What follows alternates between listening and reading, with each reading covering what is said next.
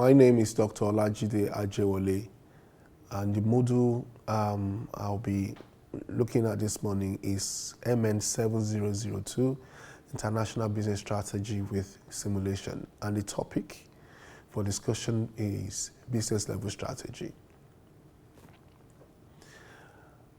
Today we are going to be covering a number of things which is currently showing on the screen. So the first one is, what are business level strategies? The next is business level strategies versus corporate level strategies. And the purpose of looking at this is to unpack the differences between the two. And then we are going to discuss leadership strategy, differentiation strategy, focus cost leadership strategy, focus differentiation strategy, and lastly, integrated cost leadership / differentiation strategy. And then we do the summary. Business level strategy can help organizations achieve a competitive advantage in the marketplace. And the idea behind this is to look at business from the point of war. So it's like in battle, we have so many rivals who are also competing with you to attract the same type of customers. So every organization or every business must come up with what Michael Porter referred to as generic strategy. He came up with these strategies, which for him, it feels like every organization, every business must add value, must provide value to customers. And to do this, you must be able to exploit your core competencies. So exploiting your core competencies means that you may have resources internal to you. You may have assets internal to you that can help you leverage on opportunities within your environment and sidestep some of the threats within your environment. Ideally, before you start thinking about strategy, you must have analyzed your internal and external environment. So I mentioned about you having to compete with other people, other businesses for the same maybe group of customers. But this group of customers have different type of tastes, and they can be categorized according to the way they behave. So I'll give a very good illustration by taking clothes as an example. For clothing, people dressed in different ways and patronize different businesses on the basis of maybe certain restrictions. So for example, budget. Some people are always on budgets. They just want to wear something that does the job. Nothing flamboyant, nothing luxurious. They just want to get dressed. And they can get their products or the services they need without having to pay too much, as long as they are able to afford whatever they need. So, and some businesses cater to this group of customers. We also have some customers who are not really restricted by budget that much, and also they are not also looking at luxurious high-end type of products. So they are in the middle, like mid-range. So you buy clothes within the mid-range. So some type of businesses also may want to compete to satisfy, to give value to this type of group of customers. The other group of customers will be those who have high taste for exclusive, custom-fitted, high-end fashion designs. So these are different types of clothes we may have, and also they may be relevant to different groups of customers. So now that takes me to what constitutes business level strategies. So another way of looking at business level strategy is generic strategy. So since we're referring to it as generic strategy, is me actually borrowing from the word of Michael Porter, who was the one that came up with these strategies.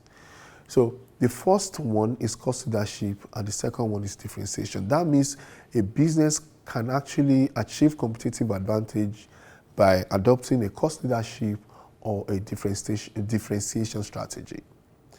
Having said this, you can also choose your scope.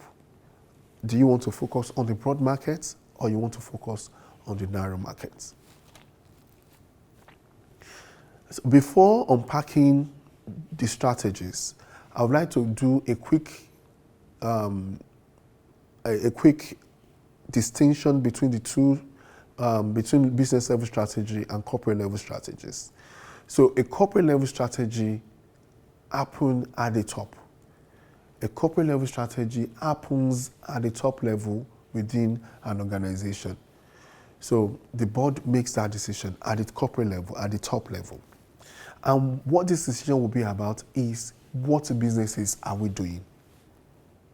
That decision is not going to be made at the business level. It's going to be made at the corporate, at the top level. So having decided on what business a company or an organization would be doing, then the next thing is, how do we want to compete? Yeah, we are going to this type of line. So how do we compete? So that decision is what business level strategy represents. And now, so what constitutes business level strategy, as I said earlier, is cost leadership, differentiation. And also, you can focus on the broad market and at the same time focus on a segment of the market. So we are starting off with leadership strategy, cost leadership strategy. For organizations that want a broad customer based on price, then cost leadership might be the way to go. So you're offering to everybody, you're selling to everybody. No distinction, there's nothing unique about your products. That means your product will be standardized. To maintain above average returns and provide the lowest price, you must focus on your internal efficiency continually. So your internal efficiencies means that the processes you have within your organization, the way you use your resources, you should be doing so continuously. Why? Because you need to continuously reduce your running costs, your operating cost. Because if you don't do that, you may run the risk of passing that the cost onto your customers. And as a cost leader, you want to be able to compete with any other company that is offering the same type of product to the same type of customers. So cost leadership is about reducing your costs and at the same time passing on that in a way that the pricing of your product will be so cheap that customers can easily afford them. An example of a company that does this well is Walmart. So they have good processes in place that reduces their cost, and then they are passing that on to their customers by selling at very cheap price. So meaning that their supply chain will be so efficient and effective in a way that all wastes are reduced, and that way you can limit the cost of manufacturing and the cost of distribution. The next strategy is differentiation strategy. So companies that are adopting this type of strategy are leveraging on distinctiveness. So they incorporate unique features into their products. This would mean that customers will be charged extra for that uniqueness. So I have two examples on the slide. We have Harley Davidson and Apple. Apple is common and everybody can relate with Apple, so I'm going to use Apple as an example. Apple has unique products, so their mobile phones are unique. So in terms of the sleekness in the design, the feel and the way it feels when you hold the phone, and there's some level of durability, which is one of the quality of Apple products, and that extends to their MacBook as well. So, but you don't get to pay the same price for MacBook and also for other type of laptops. Why? Because they have charged a premium, they've added a premium on top of the price. So you're paying extra for that unique feature that the product has. So that takes me to focused cost leadership strategy. So a focused cost leadership strategy means that you are trying to reduce your price. You're trying to compete on price.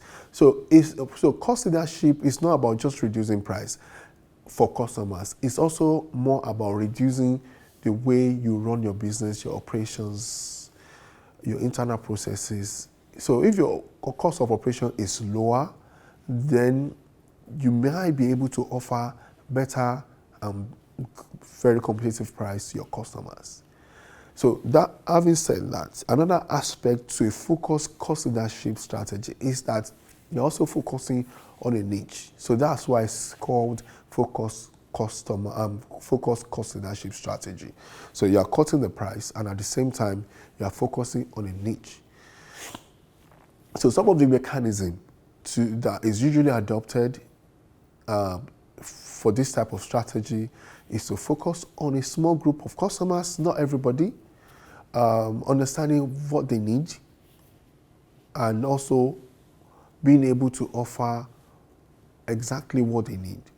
So an example of this is Ryanair. Ryanair would take you from point A to point B at a very cheap price. But you won't expect the same type of comfort within the aircraft as the type of comfort you'll find maybe on a BA. And also you may not get the same type of maybe food. So on Ryanair, maybe they'll give you one meal or maybe refreshment like biscuits and water.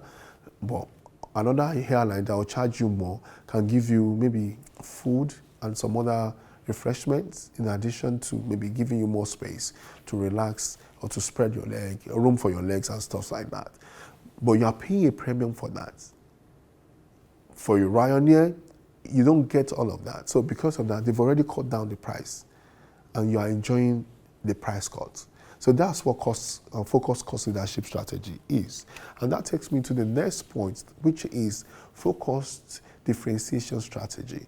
This strategy is very similar to a differentiation strategy, but it is focused on a very narrow segment of the market. So firms that compete within using this strategy would be offering a unique feature to a small market segment. So for example, Ferrari. Ferrari is focusing on a small segment of the market, the elite, the rich, those who care about luxury products or luxurious products. So they also provide them with power. Their design are very sleek and unique. The cars are very fast, but it comes with a high price. So that's why they are focusing on the rich and then giving them the type of value they want. So that's focused differentiation strategy. And now, what I'm about to discuss is a combination of cost leadership and differentiation. So a business that is trying to compete on price and at the same time offering some unique features. So you are trying to attract customers and at the same time you are differentiating your product with some distinctive features. An example of this company that does this well is IKEA. So they are giving you good products, nice products, good designs, and you are paying a little premium on those designs. But they've been able to offer you a competitive price by making sure the products are assembled by yourself, and at the same time they've managed their supply chain in a way that they can get those products to their stores and to you at a very cheap price. So there's a component of pricing and there's a component of differentiation in this strategy. And the risk here is that you might be stuck in the middle. So you're not there, you're not here. So you're not a cost leadership, you're not adopting a purely cost leadership strategy. And at the same time, you're not, if we can't say you have adopted a pure differentiation strategy. So you are integrating the two strategies. So in summary, we've discussed business level strategy. We've looked at the distinction between corporate level strategies and business level strategies. And then we've unpacked what constitutes a business level strategy, which our cost leadership and differentiation. We also discussed the scope, which could be broad markets or a specific market segment. So if you're adopting cost leadership, you can focus on the broad market, or you choose a segment or a specific niche within the market, or you differentiate and sell to a broad market, or you differentiate and sell to a specific niche or a specific segment in the market. So thank you. We've come to the end of the session, and these are my reference lists.